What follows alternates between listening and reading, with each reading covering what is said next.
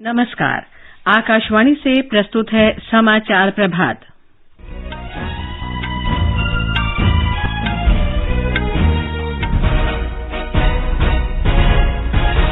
देश में स्वास्थ्य कार्यकर्ताओं के लिए कोविड टीके का दूसरा चरण आज से आरंभ। वित्त मंत्री निर्मला सीतारामन ने कहा, बजट विकास की दीर्घावधि ढांचे को तैयार करने में सक्षम।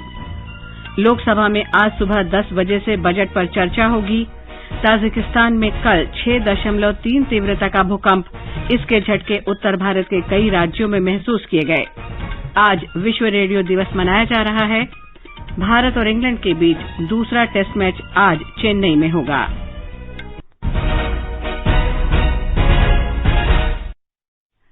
समाचार प्रभात में विशाल शर्मा के साथ मैं लवली निगम।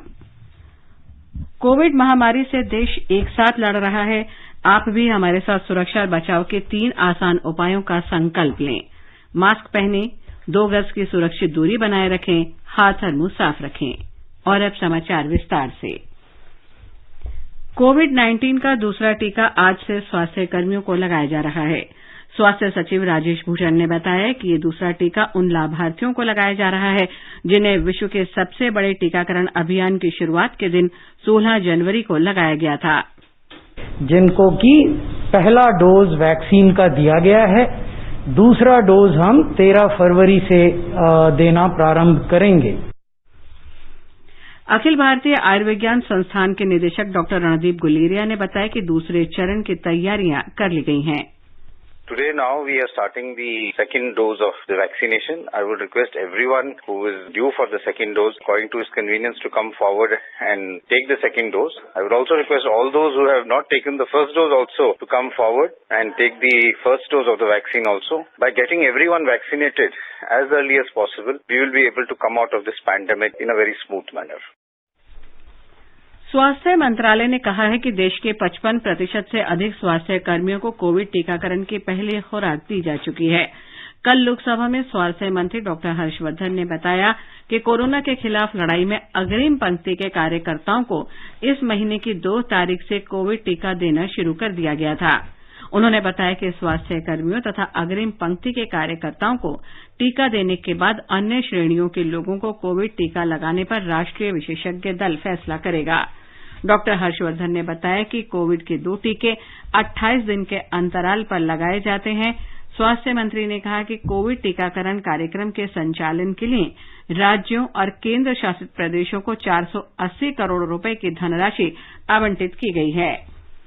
झारखंड में लगभग 2,01,862 स्वास्थ्य कर्मियों और अग्रिम पंक्ति के कार्यकर्ताओं को कोविड टीका लगाया गया है। हमारे संवाददाता ने बताया है कि जिन लोगों का टीकाकरण पहले किया जा चुका है, उन्हें आज दूसरे चरण का टीका लगाया जाएगा। सबसे अधिक टीकाकरण दर्ज करने वाले शीर्ष 10 राज्यों में झारखंड भी शामिल हो गया है। राज्य स्वास्थ्य विभाग द्वारा प्राप्त जानकारी के अनुसार झारखंड में अब तक 58% टीकाकरण का लक्ष्य हासिल कर लिया गया है। एनएचएम के अभियान निदेशक रविशंकर शुक्ला ने आकाशवाणी समाचार को बताया कि 16 जनवरी को पहली खुराक के साथ कोविड टीका लगाने वाले लाभार्थियों को कोविड वैक्सीन की दूसरी खुराक देने की शुरुआत आज से राज्य में की जाएगी। वर्तमान में टीकाकरण अभियान के पहले चरण में पंजीकृत 66% स्वास्थ्य कर्मचारियों को कोविड वैक्सीन की खुराक दी जा चुकी है। प्रधान स्वास्थ्य सचिव के सोन ने 20 फरवरी तक सभी स्वास्थ्य कार्यकर्ताओं को टीका लगाने का 100% लक्ष्य प्राप्त करने की उम्मीद जताई है। शिल्पी, आकाशवाणी समाचार, रांची। गुजरात में पिछले 24 घंटे के दौरान 25,823 लोगों को कोविड टीका लगाया गया।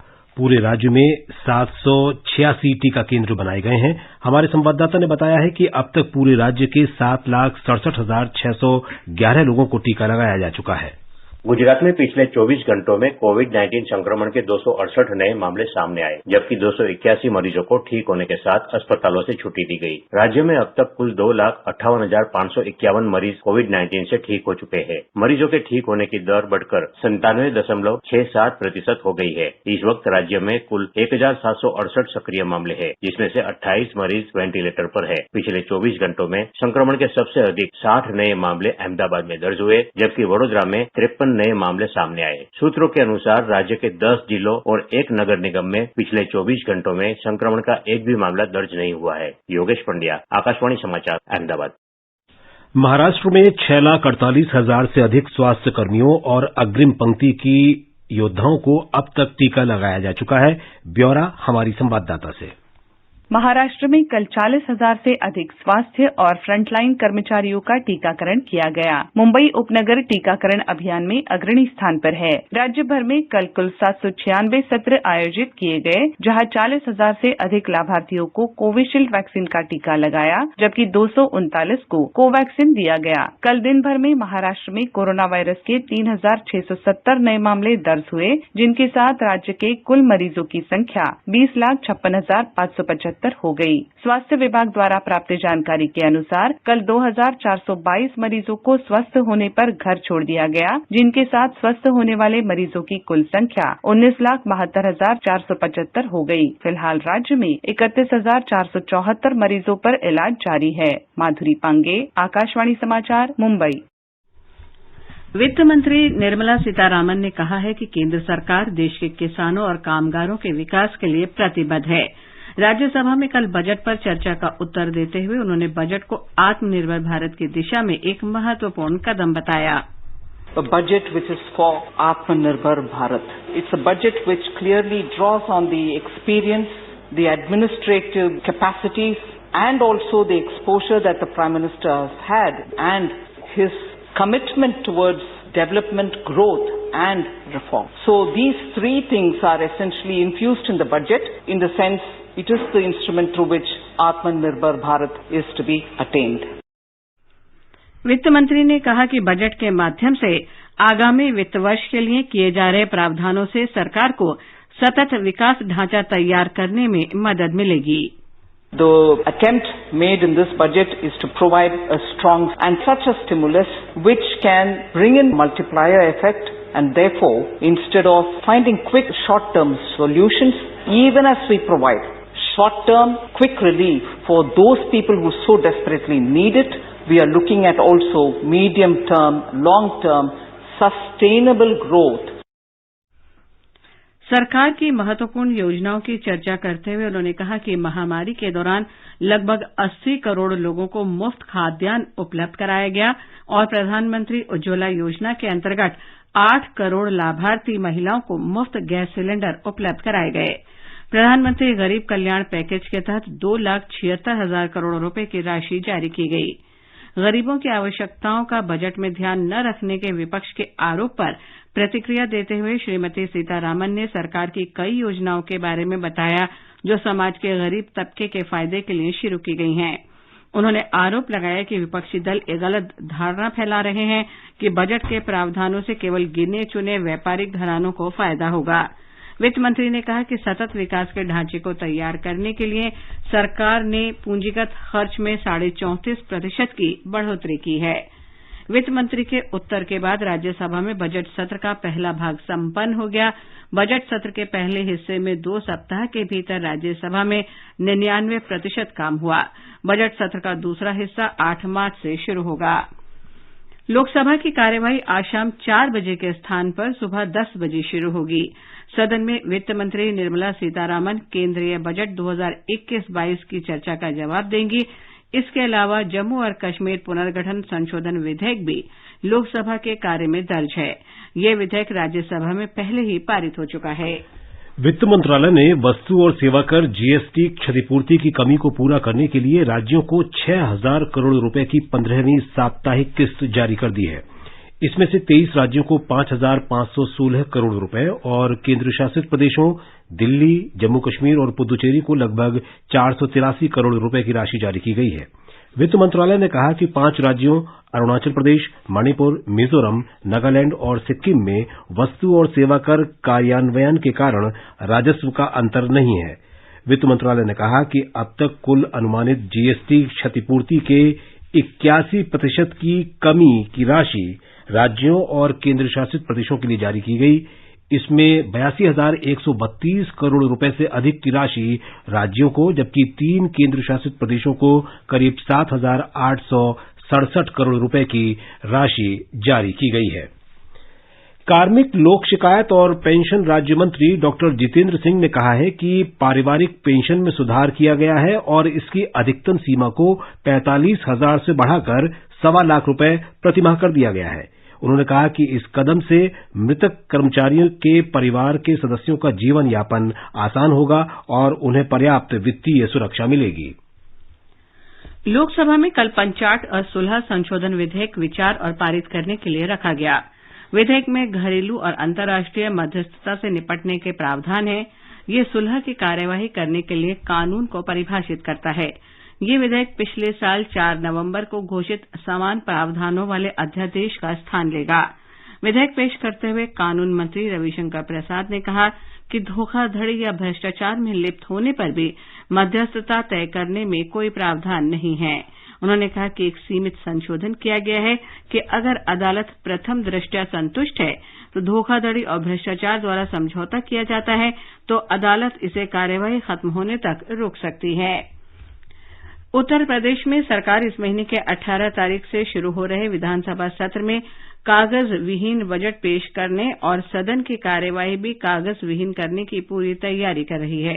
विधायिका प्रशासन ने कल से सभी सदस्यों के लिए सदन में कागज विहीन कार्यवाही के बारे में और आईपैड की तकनीक ज्ञान प्रदान करने के लिए प्रशिक्षण शुरू किया।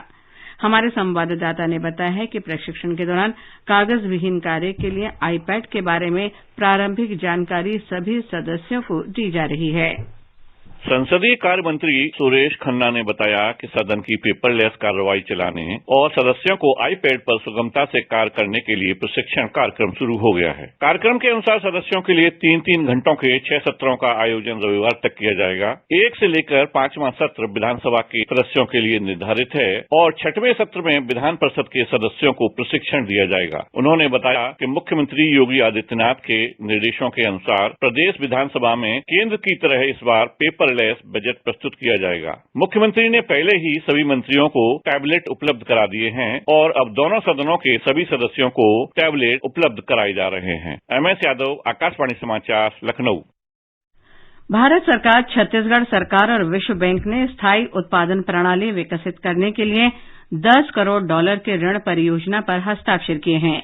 ये छत्तीसगढ़ के दूरदराज के क्षेत्रों में आदिवासी परिवारों को विविध और पौष्टिक भोजन का पूरे वर्ष उत्पादन का अभ्यास करने की अनुमति देगा। इस ऋण समझौते पर विश्व बैंक के वित्त निदेशक भारत जुनैद कमाल अहमद और वित्त मंत्रालय में अतिरिक्त सचिव डॉक्टर CS महापात्रा ने हस्ताक्षर किए। एक रिपोर्ट। वित्त मंत्रालय ने एक बयान में कहा है कि छत्तीसगढ़ समावेशी ग्रामीण और त्वरित कृषि विकास परियोजना चिराग को राज्य के दक्षिण आदिवासी बहुल क्षेत्रों में लागू किया जाएगा, जहां एक बड़ी आबादी कुपोषित और गरीब है। इस परियोजना से छत्तीसगढ़ के 8 जिलों के लगभग 1000 गांवों के 1,80,000 से अधिक परिवारों को लाभ मिलेगा। छत्तीसगढ़ में चिराग परियोजना पौष्टिक भोजन और कृषि प्रणाली की नींव रखेगी। यह छोटे धारकों को किसान उत्पादक संगठनों से जोड़ेगी। इससे लाभदायक बाजारों तक उनकी पहुंच बढ़ेगी और आमदनी में सुधार होगा। समाचार कक्ष से विजयलक्ष्मी कासूटिया। रक्षा मंत्रालय ने कहा है कि भारत ने चीन के साथ समझौते के परिणाम स्वरूप अपने किसी क्षेत्र को छोड़ा नहीं है। मंत्रालय ने कहा कि इसके उलट वास्तविक नियंत्रण रेखा LAC का पालन और सम्मान किया गया है और यथास्थिति में किसी भी प्रकार का एकतरफा परिवर्तन नहीं किया गया। रक्षा मंत्रालय ने सोशल मीडिया पर पेंगोंग झील के संबंध में कुछ गलत और भ्रामक टिप्पणियों को देखते हुए ये बयान जारी किया। मंत्रालय ने कहा कि संसद के दोनों सदनों में रक्षा मंत्री राजनाथ सिंह द्वारा स्पष्ट रूप से तथ्यात्मक स्थिति को पहले ही स्पष्ट कर दिया गया है। मंत्रालय ने कहा कि रक्षा मंत्री के बयान ने ये भी स्पष्ट कर दिया कि हॉट स्प्रिंग्स, गोगरा और डेपसांग सहित अन्य स्थानों पर कुछ समस्याएं हैं जिनका समाधान किया जाएगा। पेंगोंग झील पर विवाद के हल होने के 48 घंटे के भीतर बकाया मुद्दों को उठाया जाएगा। रक्षा मंत्री ने कहा था कि फिंगर 4 तक ही भारतीय क्षेत्र के चीन के दावे में कोई सच्चाई नहीं है और भारत के नक्शे में दर्शाए गए क्षेत्र में 1962 से चीन के अवैध कब्जे वाला 43,000 वर्ग किलोमीटर से अधिक का क्षेत्र शामिल है। मंत्रालय ने कहा कि यहां तक कि LAC की हमारी अवधारणा फिंगर 4 पर नहीं बल्कि फिंगर 8 पर है। यही कारण है कि भारत ने चीन के साथ वर्तमान में फिंगर 8 तक गश्त करने का अधिकार लगातार बनाए रखा है। आगे बढ़ने से पहले एक नजर मुख्य समाचारों पर। देश में स्वास्थ्य कार्यकर्ताओं के लिए कोविड टीके का दूसरा चरण आज से आरंभ। वित्त मंत्री निर्मला सीतारामन ने कहा, बजट विकास के दीर्घावधि ढांचे को तैयार करने में सक्षम। लोकसभा में आज सुबह 10 बजे से बजट पर चर्चा होगी। ताजिकिस्तान में कल 6.3 तीव्रता का भूकंप, इसके झटके से उत्तर भारत के कई राज्यों में महसूस किए गए। आज विश्व रेडियो दिवस मनाया जा रहा है। भारत और इंग्लैंड के बीच दूसरा क्रिकेट टेस्ट मैच आज से चेन्नई में। प्रधानमंत्री नरेंद्र मोदी कल तमिलनाडु और केरल का दौरा करेंगे। वे सुबह लगभग 11:15 बजे कई प्रमुख परियोजनाओं का उद्घाटन करेंगे और चेन्नई में अर्जुन मुख्य युद्धक टैंक MK-1A सेना को सौंपेंगे। इस युद्धक टैंक को रक्षा अनुसंधान और विकास संगठन के युद्धक वाहन अनुसंधान और विकास प्रतिष्ठान ने सूक्ष्म, लघु और मध्यम उद्यम मंत्रालय के कई उद्यमों के सहयोग से स्वदेशी रूप से डिजाइन, विकसित और निर्मित किया है। प्रधानमंत्री दोपहर लगभग 3:30 बजे कोच्चि में कई परियोजनाओं की आधारशिला रखेंगे और कई परियोजनाएं राष्ट्र को समर्पित करेंगे। श्री मोदी तमिलनाडु में 3,770 करोड़ रुपए की लागत से पूरे होने वाले चेन्नई मेट्रो रेल के पहले चरण के विस्तार का उद्घाटन करेंगे और वाशरमेनपेट से विम्को नगर तक यात्री सेवाओं की शुरुआत करेंगे। 9 किलोमीटर से अधिक लंबा ये विस्तार उत्तरी चेन्नई को हवाई अड्डे और मध्य रेलवे स्टेशन से जोड़ेगा। प्रधानमंत्री चेन्नई बीच और एटिपट्टू के बीच चौथी रेलवे लाइन का भी उद्घाटन करेंगे। 22.1 किलोमीटर का ये सेक्शन 2 अरब 93 करोड़ रुपए से अधिक की लागत से तैयार हुआ है। ये सेक्शन चेन्नई और तिरुवल्लुर जिलों से होकर गुजरता है और इसमें चेन्नई बंदरगाह से यातायात आसान हो जाएगा। श्री मोदी विल्लुपुरम, कुड्डलूर, मयिलादुथुराई, तंजावुर और मयिलादुथुराई तिरुवरूर में सिंगल रेलवे लाइन सेक्शन के विद्युतीकरण का भी उद्घाटन करेंगे।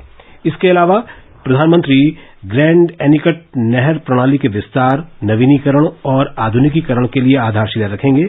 इस नहर का 26 अरब 40 करोड़ रुपए की लागत से आधुनिकीकरण किया जाएगा। ताजिकिस्तान में कल उच्च तीव्रता का भूकंप आया। भूकंप के झटके दिल्ली, NCR और उत्तर भारत के पंजाब, हरियाणा, चंडीगढ़, हिमाचल प्रदेश सहित कई हिस्सों में महसूस किए गए। लोग घबराकर घरों से बाहर निकल आए।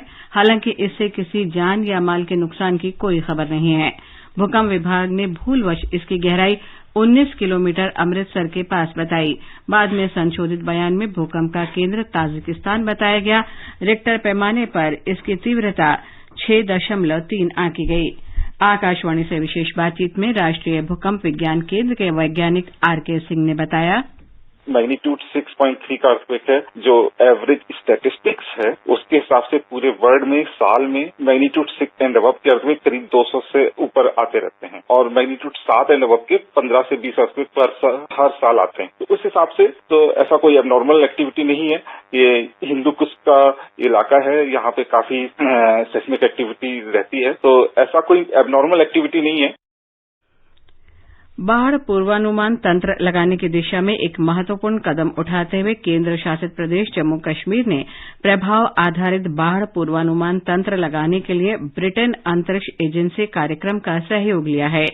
उपराज्यपाल मनोज सिन्हा ने प्रभाव आधारित पूर्वानुमान तंत्र को बाढ़ पूर्वानुमान सेवाओं का अगला चरण बताया है। उन्होंने कहा कि बाढ़ के जोखिमों, पूर्वानुमानों, आवश्यक प्रतिक्रियाओं, आकस्मिक घटनाओं और उनकी गंभीरता के बारे में तत्काल पता लगाने के लिए यह तंत्र बहुत उपयोगी होगा। इस बड़ी पहल से बाढ़ के जोखिमों का अनुमान लगाने में मदद मिलेगी। विश्व रेडियो दिवस आज पूरी दुनिया में मनाया जा रहा है।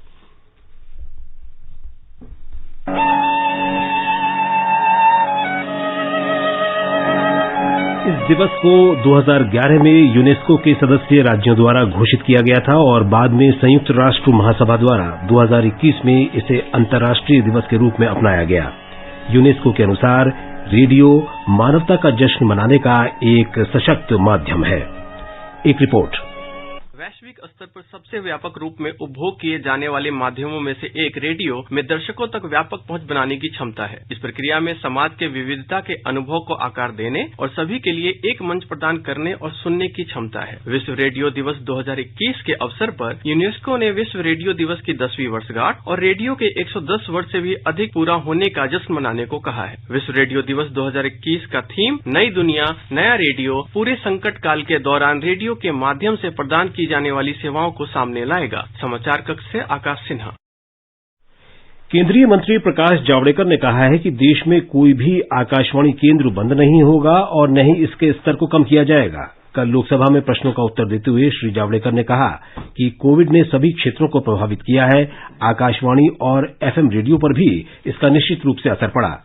उन्होंने कहा कि कोरोना महामारी के दौरान रेडियो कार्यक्रम प्रस्तोताओं ने लोगों में जागरूकता फैलाई। श्री जावड़ेकर ने भरोसा दिलाया कि महामारी के दौरान आकाशवाणी के जिन रेडियो कार्यक्रम प्रस्तोताओं को काम पर आने की अनुमति नहीं थी, उन्हें जल्द ही वापस बुलाया जाएगा।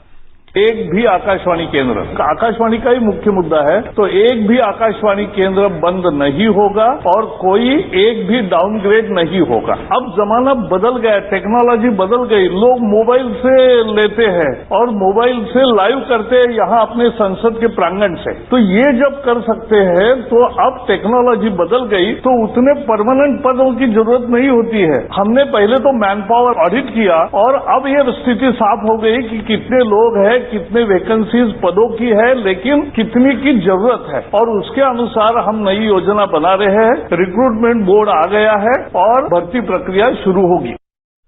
सरकार ने केंद्रीय बजट 2021-22 में शिक्षा मंत्रालय को 93,224 करोड़ रुपए देने का प्रस्ताव किया है।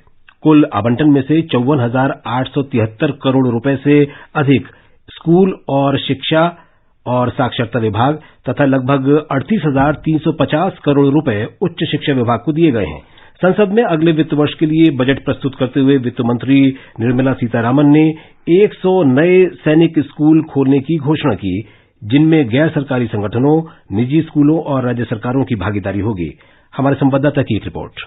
उच्च शिक्षा विभाग के लिए वर्ष 2021-22 के बजट आवंटन में वृद्धि की गई है, जो मौजूदा वित्त वर्ष के संशोधित अनुमान से लगभग 5,450 करोड़ रुपए अधिक है। वहीं राष्ट्रीय उच्चतर शिक्षा अभियान में बजट आवंटन 2020-21 के 300 करोड़ रुपए से बढ़ाकर 3,000 करोड़ रुपए कर दिया गया है। नवाचार तथा अनुसंधान एवं विकास कार्यों को बढ़ावा देने के उद्देश्य से अगले 5 वर्षों में नेशनल रिसर्च फाउंडेशन के लिए 50,000 करोड़ रुपए के प्रावधान की घोषणा की गई है। इसके प्रमुख लाभार्थियों में IIT तथा NIT जैसे उच्च शिक्षण संस्थान शामिल हैं। इसके अलावा वित्त मंत्री ने लेह में एक नए केंद्रीय विश्वविद्यालय की स्थापना की भी घोषणा की है। सरकार द्वारा स्कूली शिक्षा तथा साक्षरता विभाग के बजट में भी वृद्धि की गई है, जो वित्त वर्ष 2020-21 के संशोधित अनुमान से 2,684 करोड़ रुपए अधिक है। वहीं समग्र शिक्षा योजना के बजट को बढ़ाकर लगभग 31,050 करोड़ रुपए कर दिया गया है। आनंद कुमार, आकाशवाणी समाचार, दिल्ली।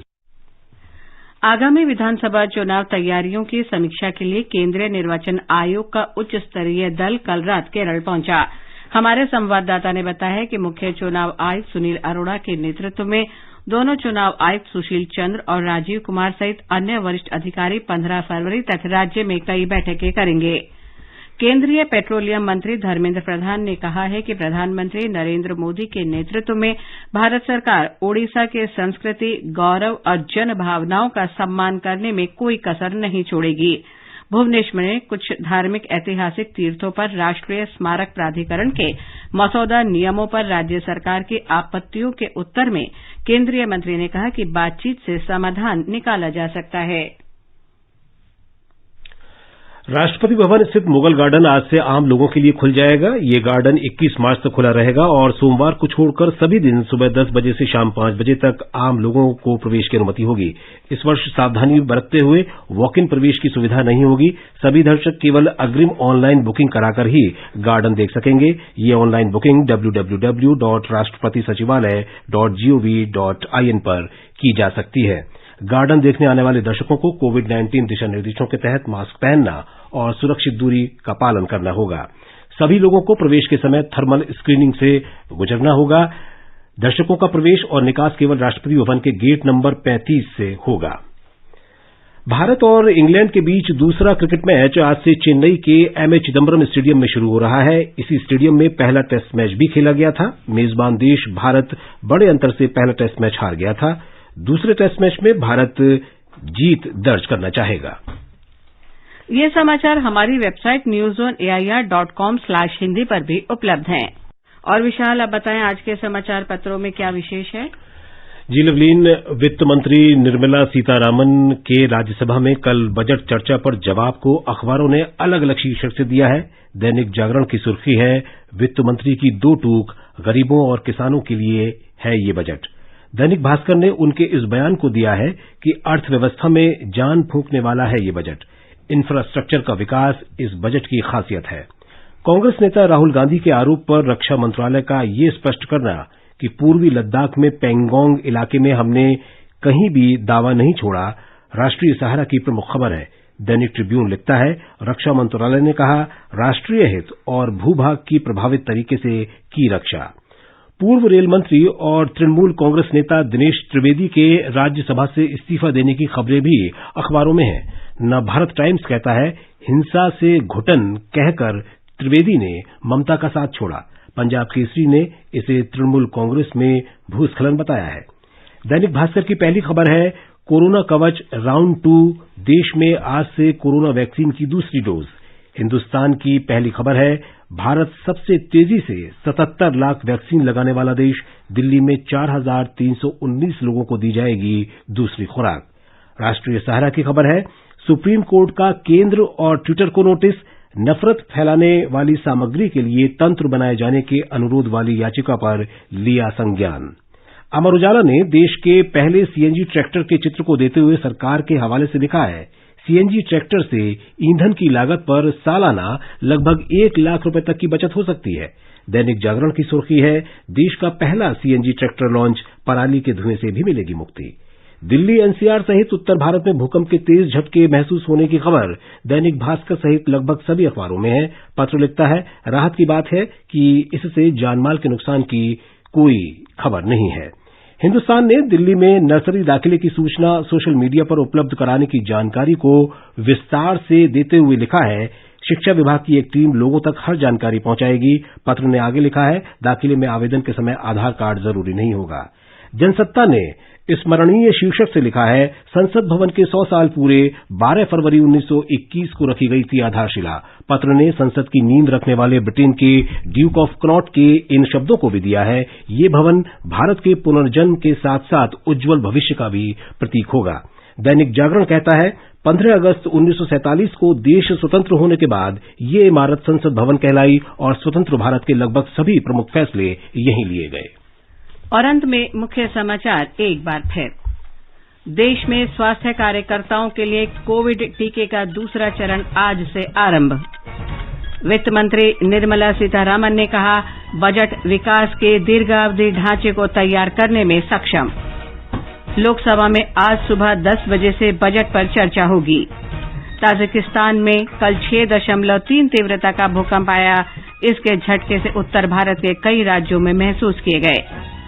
आज विश्व रेडियो दिवस मनाया जा रहा है। भारत और इंग्लैंड के बीच दूसरा क्रिकेट टेस्ट मैच आज से चेन्नई में। इसके साथ ही समाचार प्रभात का ये अंक समाप्त हुआ। नमस्कार।